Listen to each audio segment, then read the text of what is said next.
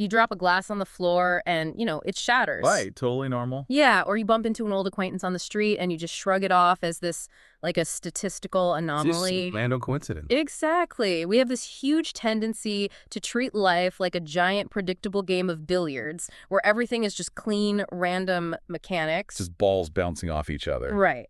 But then you experience one of those moments, a coincidence so specific, so perfectly timed to a massive silent question you've been agonizing over, that the billiard balls suddenly feel like they are being aimed.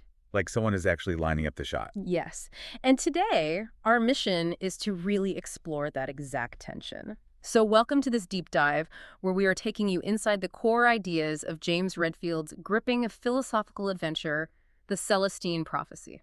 It is such a fascinating journey to unpack, honestly, Hmm? largely because it revolves around this fictional discovery of an ancient Peruvian manuscript dating way back to 600 BC. Which is an incredibly specific detail. Right.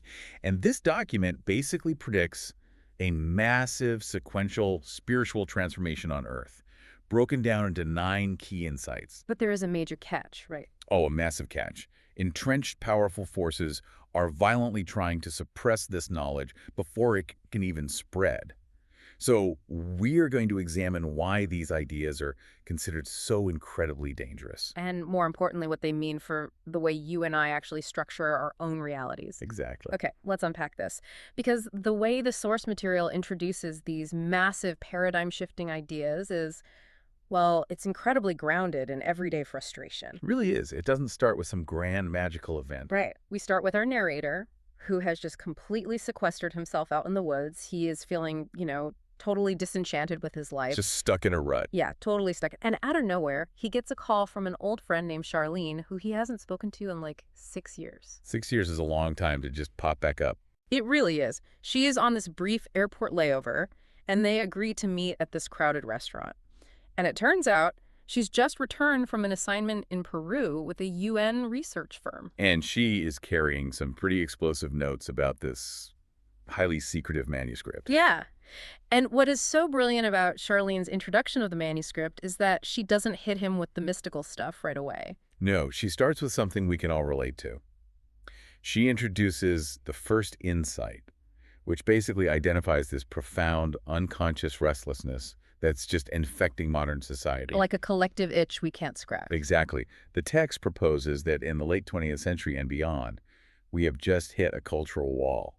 We are experiencing this deep, collective dissatisfaction. We want fulfillment, but we have no idea what that actually looks like. Right, so we are left feeling chronically restless and just agitated by our ordinary lives. And the source material provides this incredibly visceral example of this right in the middle of their conversation. Oh, the restaurant scene. Yes. This sudden, vicious argument just erupts at a table below them. A woman stands up and literally screams at her partner, "The problem is that this relationship is not happening the way I wanted." And then she just storms out. Which, on the surface, is just a really, really bad dinner date. Right, like, check, please. But Charlene uses it to illustrate the deeper symptom of this societal restlessness.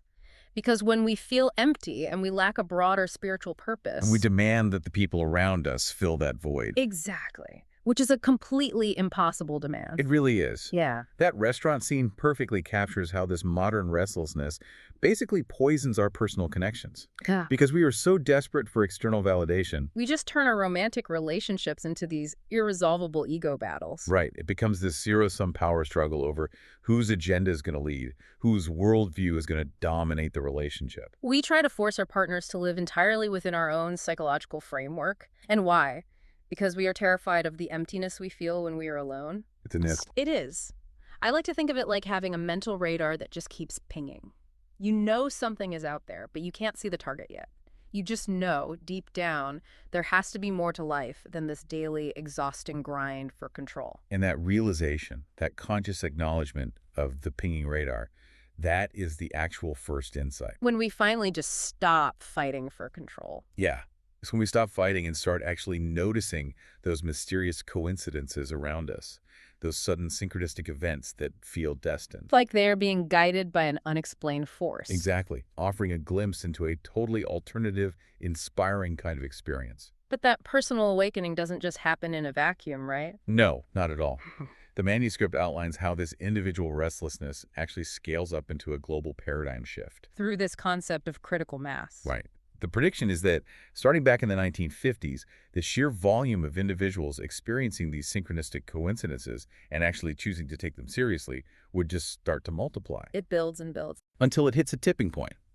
And once a critical mass of the population is simultaneously questioning the mysterious processes underlying human life, the broader culture can no longer just brush it off as, fringe mysticism. The culture is forced to take the mystery seriously. Exactly. And that collective questioning is the exact catalyst required to reveal the subsequent insights. Okay, I have to jump in and push back here for a Go second. for it. Because reading this, my skeptical alarms were absolutely blaring. And to be fair, our narrator has the exact same reaction in the book. It's a very rational reaction. Right. We are talking about a manuscript found in the rainforests of Peru, dated to 600 BC. But according to Charlene's notes, it was originally written in Aramaic. The language of the Old Testament. Exactly. How does a pre-Columbian civilization in South America author a text in a Middle Eastern language thousands of years before globalization? I mean, historically, archaeologically, that defies everything we understand about human development. Oh, it absolutely defies the established timeline. But that sheer historical impossibility is precisely the point the manuscript is making. How so? Well, it implies a shared origin of human spirituality. A global connection that existed long, long before the modern institutions that currently claim a monopoly on divine truth. Ah, so it's saying the truth isn't owned by anyone. Right. It suggests that spiritual awakening is an innate human heritage, not some regional franchise. And that anomaly is exactly why the scholars translating it are so intrigued. And conversely, why the authorities are so completely terrified of it. Exactly. Because if the manuscript is authentic, it dismantles the exclusivity of those institutions. It completely threatens their power base. Completely. The church and the Peruvian government are treating this not as some neat historical curiosity, but it's a literal existential threat. Because the church feels it challenges the completeness of their religion. Yeah. They have defined the spiritual boundaries for centuries, right? And these new insights extend traditional ideas in a way that implies the old guard is basically obsolete. And when entrenched power structures feel their foundational myths crumbling, they don't just write angry op-eds. No, they retaliate hard. And we see that retaliation immediately in the story. Charlene tells the narrator about the priest who initially shared this info with her in Lima. They had agreed to meet at his house later that day to discuss it further, but They never showed up? he simply vanished, just gone. And the danger follows Charlene all the way back to the States. Right there in the restaurant, she steps away for a second, and her briefcase, which contains all her notes on the manuscript, is stolen. Snatched by a man with thinning hair and a gray shirt. A man she then spots just casually watching them from the parking lot. It gave me chills. The suppression isn't theoretical here. It is a physical stalking presence. Think about the psychological terror of that moment. For you listening, consider how defensive we get in our own lives when someone merely challenges a deeply held political or social belief on the internet. We get furious. Right. Now multiply that psychological friction by an entire civilization's power structure. The authorities are willing to use absolute force to maintain their monopoly on reality. But the wild thing is, instead of intimidating the narrator, this brush with danger acts as the ultimate synchronicity. It pushes him into action. Yeah. He goes back to his cabin, thinks about this massive void in his life, and he just packs a bag and jumps on a flight to Lima. Just like that. Just like that. Because simply noticing coincidences isn't enough anymore. We have to understand the mechanics behind them. We need to know why this collective awakening is happening right now, at this specific moment in history. And that question of why now actually gets answered on the flight itself. Through another totally serendipitous encounter. Right, which introduces the second insight. He overhears a passenger asking a flight attendant about the manuscript. So he takes a leap of faith, introduces himself, and the passenger turns out to be Rain Dobson. An NYU history professor who has actually been to Peru and studied the translations. And Dobson introduces this concept that I just found completely mesmerizing. He calls it the longer now. Yes, the longer now is essential for understanding the entire philosophy of this manuscript. The second insight is entirely about perspective. We're looking at things too closely, right? Exactly. Dobson argues that we are trapped in a microscopic view of time. We judge our society based on the last decade or maybe the last century if we're feeling historical. Which isn't enough to see the pattern. Not at all. To truly understand our current spiritual restlessness, we have to experientially relive the entire second millennium. We have to zoom way out and look at the last 1,000 years of human psychological evolution as one continuous story. Okay, so take us back to the beginning of that story. What does the world look like in the year 1000? So, in the Middle Ages, human reality is absolute, and it is entirely defined by the powerful churchmen of the Christian church. So no secular world at all. None. Imagine waking up in a world where nothing is secular. Every single thunderstorm, every failed crop, every sudden illness, it is all interpreted as the direct, micromanaged will of God. Or the literal malice of the devil. Right. There is no concept of tectonic plates causing earthquakes or atmospheric pressure causing storms. Life is nothing but a rigorous, terrifying spiritual test to win salvation. And mankind sits at the absolute, undisputed center of God's universe. Exactly. And the churchmen are the sole mediators and interpreters of that reality. It is a terrifying existence, sure, but it is undeniably meaningful. You know exactly what the rules are. You don't know a place. But that absolute certainty doesn't last, because by the 14th and 15th centuries, the foundation starts to crack, and it cracks from the inside. It collapses entirely due to human fallibility. The people begin to notice rampant corruption among the churchmen. The bribes, the violated vows, the political maneuvering. Yeah, all of it. And this sparks the Protestant Reformation, led by figures like Martin Luther, who basically demand an end to the corrupt middlemen. But the psychological fallout of this has to be staggering. Oh, it's massive. This terrifying realization sets in across society.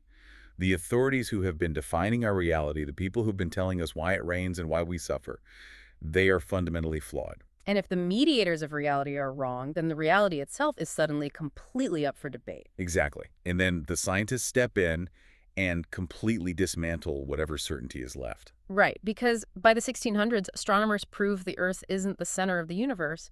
We are just this small rock orbiting a minor sun in a vast empty void. The psychological trauma of that astronomical discovery really cannot be overstated. Humanity is suddenly demoted from the starring role in a divine drama to just an insignificant speck in a cold, mechanical universe. We completely lost our certainty about our place in the cosmos. We were adrift. So basically, we were lost, terrified, and totally desperate for answers. So we essentially hired a team of explorers, we call them scientists, and we armed them with a brand new tool, the scientific method. A great way to look at it. And we sent them out into this terrifying new universe and said, look, go figure out how all of this works, and more importantly, tell us what our true spiritual purpose is. But It's like sending someone to the grocery store to buy the meaning of life. The scientists did a great job figuring out gravity and biology, but they couldn't answer the spiritual question. they needed more time. Yeah, they took so long to come back with the why that we got bored waiting and decided to just remodel the house instead. That is the exact mechanism of the second insight. Because science couldn't provide immediate spiritual answers, humanity struck this unspoken bargain. We settled. We settled into what the manuscript calls a 400-year preoccupation. We totally distracted ourselves. Exactly. We looked at this chaotic, unexplained world and collectively decided, well, while we're waiting for the scientists to tell us the meaning of life, let's at least make ourselves comfortable. I mean, it makes sense. It does. We turned our entire collective focus toward secular economic security. We dedicated 4 centuries to conquering nature. We invented steam power, harnessed electricity, built mass production pipelines. We equated human progress solely with raising our standard of living. We built an incredible machine. And there is this beautiful, sweeping moment in the text that captures this perfectly. The narrator is looking down from his jet window at the geometric, perfectly planned streets of Orlando, Florida. It's a great visual. It is. And he realizes he is looking at the ultimate monument to our 400-year technological focus. We did it. We achieved the material security we set out to build. We completely insulated ourselves from the whims of nature. But in the process of building that comfort, we polluted the planet's natural systems to the verge of collapse. And worse, the preoccupation became an absolute obsession. We entirely forgot why we were trying to survive in the first place. We forgot that the economic security was supposed to be a waiting room. It was never supposed to be the final destination. Wow, the waiting room. Yeah. And the second insight reveals that we are currently reaching the climax of that cultural purpose. The momentum of the modern age, this frantic obsession with producing more and consuming more, it's finally slowing down The preoccupation is breaking down. because we have succeeded in securing our survival. And now, standing in our comfortable air-conditioned homes, that original repressed question is bubbling back to the surface. Okay, we are secure. Now, what is the actual spiritual purpose of life? Exactly. Which brings us full circle to the restlessness of the first insight. We are waking up from a 400-year distraction. Yes. This shift in consciousness isn't some mystical fantasy. It is the logical, inevitable evolution of human thought. But okay, if this is a natural progression, why does it trigger such a violent immune response from the established order? Because the entire power structure of the modern world, our economies, our political systems, our religious institutions, it is all built on the foundation of that 400-year preoccupation. Right, they need us to stay distracted. If you tell a society that relentless economic growth and absolute institutional authority are no longer the primary goals of human existence, you are directly threatening the livelihood and identity of the people who control those systems. Paradigms do not shift peacefully. Never. The old worldview will fight tooth and nail to maintain its grip. And the source material demonstrates this the very second the plane touches down. The narrator arrives in Lima, Peru, and the theoretical shift in consciousness immediately collides with lethal physical resistance. It gets real very fast. He gets into a taxi, and within minutes he realizes they are being tailed by another car. The danger Charlene warned him about back in the restaurant is suddenly extremely real, thousands of miles away. It is a stark reminder that knowledge is a threat. Dobson had actually explained on the plane that he was in Peru representing an international group of scientists who were formally demanding that the Peruvian government make the manuscript public. But the government's official stance is that the manuscript is a myth. A myth they are literally willing to kill to protect. It's terrifying. The narrator has his taxi driver shake the tail, and he gets dropped off near Dobson's hotel. But as he's walking down this crowded sidewalk, just surrounded by everyday tourists and locals, the tension snaps. Total chaos. Gunfire erupts in the street, literal gunshots echoing off the buildings. The crowd throws themselves to the ground in a panic, and the narrator looks up and sees Professor Dobson sprinting toward him, completely terrified, being chased by armed men. And one of the men fires into the air, screaming for Dobson to halt. This is the visceral reality of challenging entrenched power. When a new idea threatens to destabilize a culture's foundational myths, the response isn't a polite debate. It is absolute suppression. So Dobson spots the narrator and screams at him to run. The narrator bolts down a blind alley, desperately finds a wooden fence, and manages to scramble over it. But as he's pulling himself over the edge, he looks back. Such a cinematic moment. Or shots ring out. And he watches Dobson, the man who literally just unlocked 1,000 years of human history for him, stumble and fall to the pavement. It is a brutal, terrifying cliffhanger. It really is. The manuscript isn't just an interesting sociological theory. It is a genuine threat to the established order, and the authorities are actively neutralizing anyone trying to bring the waiting room to an end. It perfectly illustrates the stakes for the listener. The resistance to spiritual evolution isn't just historical. It is active right now.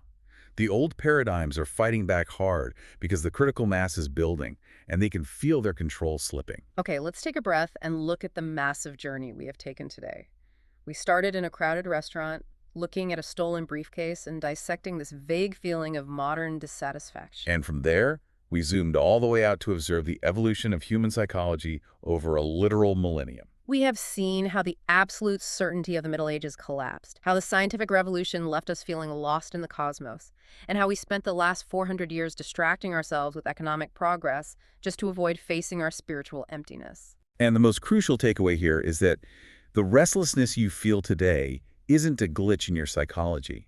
It is an awakening. It's supposed to be happening. Yes, it is humanity collectively pushing past that 400-year obsession with comfort, recognizing the mysterious coincidences around us, and finally demanding to know the actual purpose of our lives. Then the crazy part. We have only uncovered the first 2 of the 9 insights. Right. It leaves you wondering what radical truths the remaining 7 insights could possibly contain that makes them so incredibly dangerous to the status quo. There's so much more to uncover. Which leaves us with a fascinating question to consider as you go about your week.